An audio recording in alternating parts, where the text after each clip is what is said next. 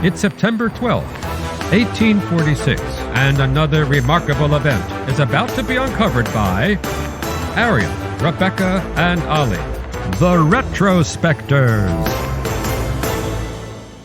The poet Elizabeth Barrett was so overcome by nerves at defying her family to marry the person her father darkly referred to as that man that she had to stop on her way to the church to buy smelling salts.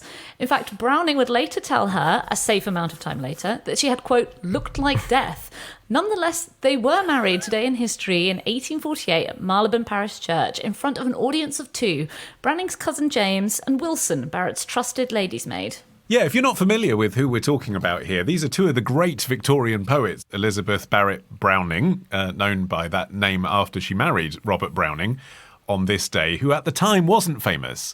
He was actually 6 years younger than she was. She was 38 already by the time they corresponded, and a famous poet. And yet this is one of the great kind of love stories of English literature. People hark back to this day where they got married in secret, even though underpinning it is a lot of sadness and illness. Yeah, and their romance really began with Browning being little more than a kind of fanboy of Elizabeth Barrett, as she then was, because in 1845, her second collection of poems, A Drama of Exile, was published, and it was extremely well received, and it actually included a few lines that praised Robert Browning, who was sort of a lesser-known poet at the time. But after reading the poems, Robert wrote a letter of thanks to Elizabeth with the slightly over-the-top line, I love your verses with all my heart, and I love you too. I mean, way to kick off a communication with someone who you've never met before. Can you imagine the social media equivalent now? Right, it's just... Thanks for the shout-out, Arion. It's big. I love you!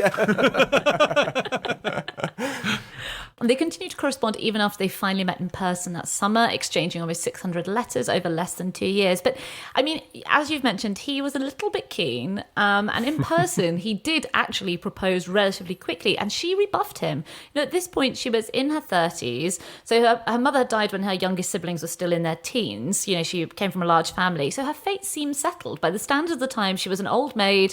You know, her job was to help her father and then maybe live with a married sibling. You know, she'd been plagued by ill health through kind of a mystery illness that had begun as a young teen. She had experienced these periods of frailty. You know, she'd have headaches, she had spine pain, she had difficulty moving. Sometimes she couldn't even get out of bed. And so she believed that she should never marry. She thought it wasn't right. The purpose of marriage within, you know, that Victorian mindset was to produce children. And she didn't think that that was something that she ought to be doing. And Browning had even kind of alluded to this. He said that if she would consent to marry him, he would be happy for them to live as brother and sister, i.e. not having sex.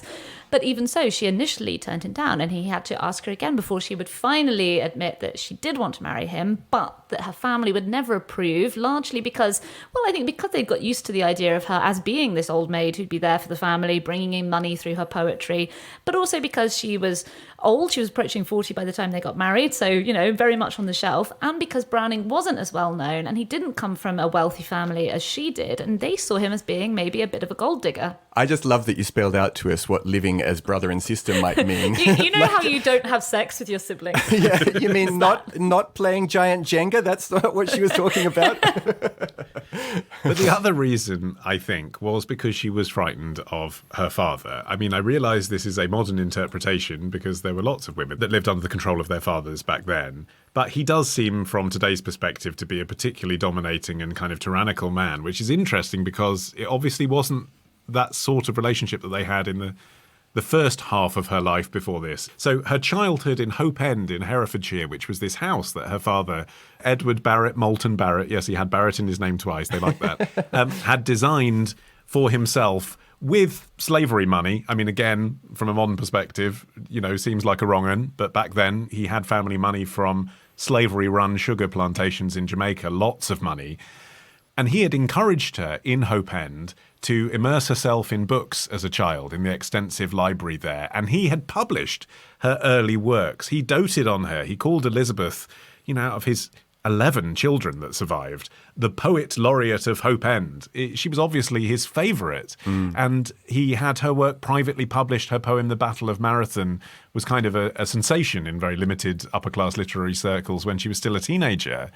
But then what happened when her mother did die in 1828 is their relationship became transformed forever by that. She was an adolescent by then. She was, I suppose, the woman that her father, started to lean on a bit. And then in 1832, he lost some of his fortune. And in 1838, relocated the family to Wimpole Street in London, by which time she had this, maybe it was bronchitis, maybe it was polio, maybe now we'd call it chronic fatigue syndrome. We don't know. And he obviously kind of seemed to enjoy that relationship that they had, where she was a famous poet, but she was entirely under his control. Yeah, I mean, her reason for wanting to keep the romance with Browning a secret was pretty obvious because of this controlling father of hers. But simultaneously, Browning was also keeping the romance a bit secret from his parents, the full extent of it at least, because his parents did know about her, but they had concerns about Elizabeth's poor health and thought that that might not make her the best possible match. I mean, he was 32 and he was a poet. They probably had other concerns. Yeah. Probably. But at some point anyway in their courtship, Elizabeth's doctors recommended that she should move to Italy for health reasons. Her father refused to allow her to go, and this refusal led the couple to take this decisive joint action, and that was what led them to be married on this day, though they then kept it a secret for another full week. Yeah, after the wedding, she went home and spent the week living there like it was no big deal, at the same time planning on going off to Paris and then to Italy with Browning, who obviously was now her husband, so there was nothing on paper wrong with that.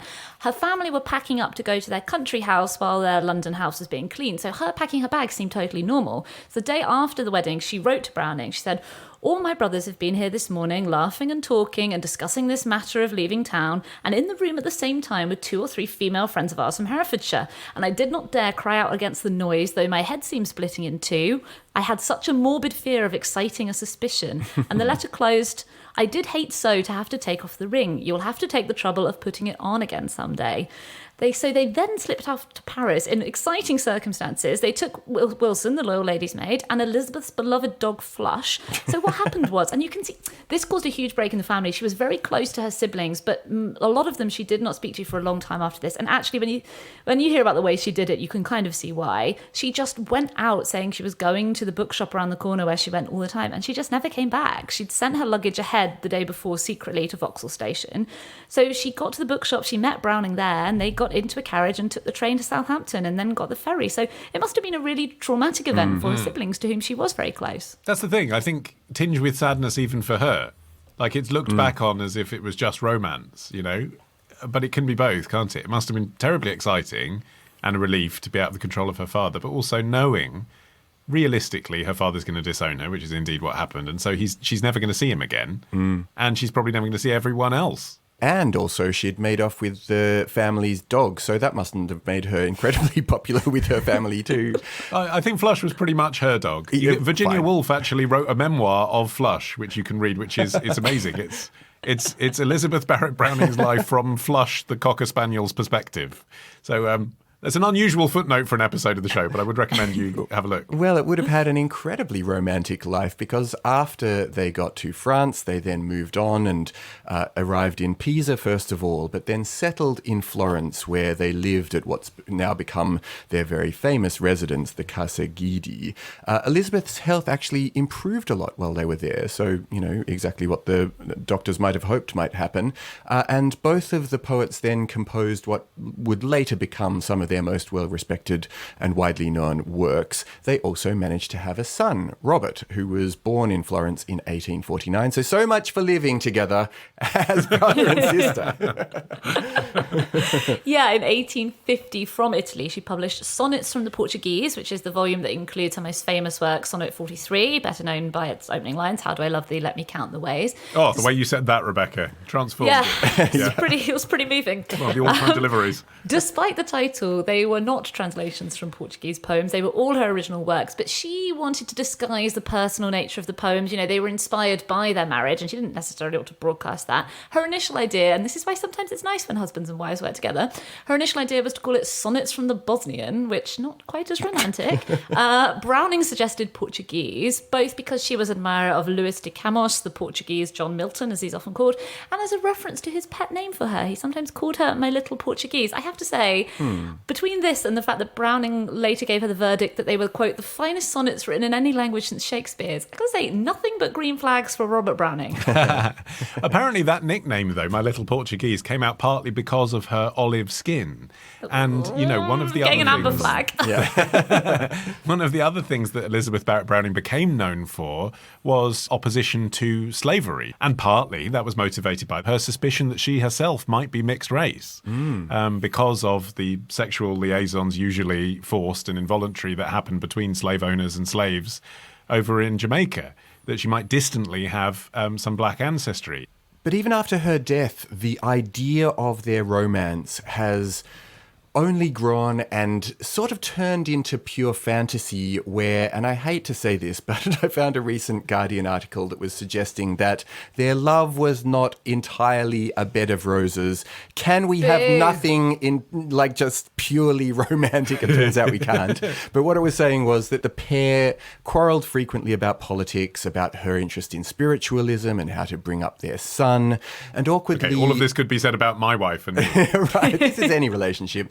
But another awkward thing that may be true of many of us podcasters as well was that her money supported the entire household. Her husband, her servants, the dog, child, clothes, everything. It all came from her writings, and that was a source of tension for the pair of them.